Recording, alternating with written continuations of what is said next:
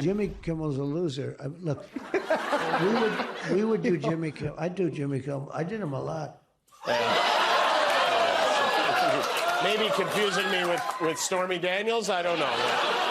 3 times. We've been on almost 22 years. You were on 3 times. Not a lot. Mike, the situation from Jersey Shore, was on this show more times than you. But go on. There's probably no late-night host who gets under Donald Trump's skin more than Jimmy Kimmel. In part 2 of my sit-down interview with the comedian, he talked about that and what he would do if Donald Trump wins another term. I'm an optimistic person. I'm not hysterical. I laugh when people say, oh, you've got Trump derangement syndrome. Yeah. I think if you're a reasonable person, you should have Trump derangement syndrome. Right. And by the way, I think he has derangement syndrome about us, too. The fact of the matter is, this is a dangerous person. This is a stupid person. And that's a bad combination. And I think what we're forgetting, I keep forgetting it, and I have to keep reminding myself, is he's not just running for president. He's running to stay out of prison. And that's a pretty powerful thing. He is literally running for his freedom. But it seems like everybody sort of manned, for good reason, the sort of the battle stations. Whether you're talking about democracy, you can even look over the past week where Donald Trump's talking about arresting his political opponents. Yeah. He tried to pressure Disney because of your jokes. He believes CBS should have their license revoked. Because he doesn't like how they edited a 60 Minutes package. How concerned are you about what you do right now may have to change if Donald Trump is reelected? Well, it won't change. I'm concerned, certainly. I think that it would be so un-American if he were to come after people who are speaking out against him. What do you think, though, is happening in the country where you have 2 weeks out, and it's one thing to just look at Donald Trump and look at some, senators, but we're actually talking about 70, 75, 80 million people. Yeah. I think we're focused on the wrong things. I think we're being focused on the wrong things. I think that there are certain news networks, if you want to call them that, who are lying to people. I think that there's a certain generation of which we are a part who are used to watching television and seeing the white man in a suit telling us what's going on in the world and believing that what he's saying is true. I think that is ingrained in us as Americans. We grew up with Dan Rather and Tom Brokaw and Peter Jennings, and we did not question that what they were telling us was factual. And a lot of people now are looking at Sean Hannity and whomever else, and they are not questioning whether or not what they're saying is factual. And what they're hearing is untrue. And I can understand why they think what they think, because they're being told there's a caravan of migrants coming, and then nobody's following up at the end and say, oh, there was no caravan of migrants coming.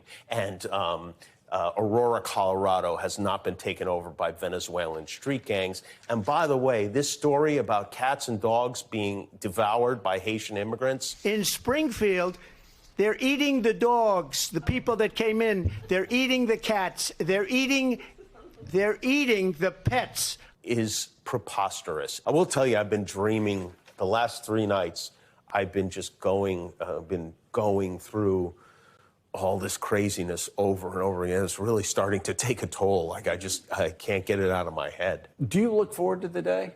Oh, when you don't have to, because one of the things that is so exhausting to me, and why there have been several times where I was like, I don't think I can do this anymore. I don't want to talk about, I don't care who it is, the same person every day.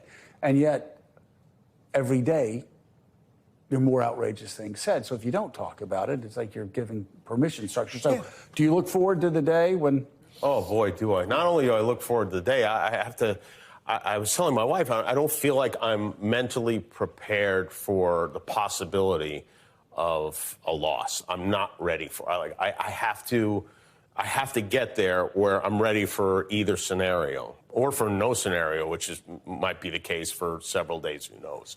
So, and I have to also kind of think through what I might say the next day, Because, you know, I mean, you're going to have to be up the next morning talking about what happened or what didn't happen. And what message do you want to send to people who watch the show? It's, you know, most of my shows aren't important. That one seems a little bit more important than others because I do have a lot of people kind of asking me what I think and going along with what I think. And it's a big responsibility, you know. So I don't even remember what I said the last time he won. I just remember staying up almost all night and trying to process it, and my wife being very, very upset and feeling very alone. Like, I got to figure out what I'm going to say. Nobody can figure this out for me. None of my writers can figure out my take on this. I have to tell them what it is. Because people want to hear. Yeah, and what it has you to be. think from your art. Yeah, it has to be what you really think. Sometimes you don't know what you think. So why don't we end on a positive note? Ken, is that possible? Yeah, I always have people ask me who my favorite interview ever was. Oh. And I, of course, have to say Dr. Brzezinski because for sure. his daughter.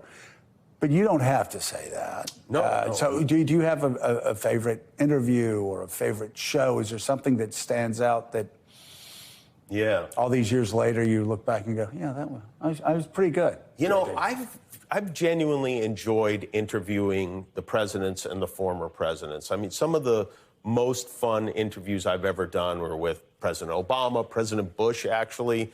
I'm so interested in just every little bit of their lives, that every question feels relevant. You know, sometimes you have guests and you're like, oh, who cares? You know, I'm going to work through that. When it comes to the president, everything is important. And the interview I'm most looking forward to is interviewing President Kamala Harris.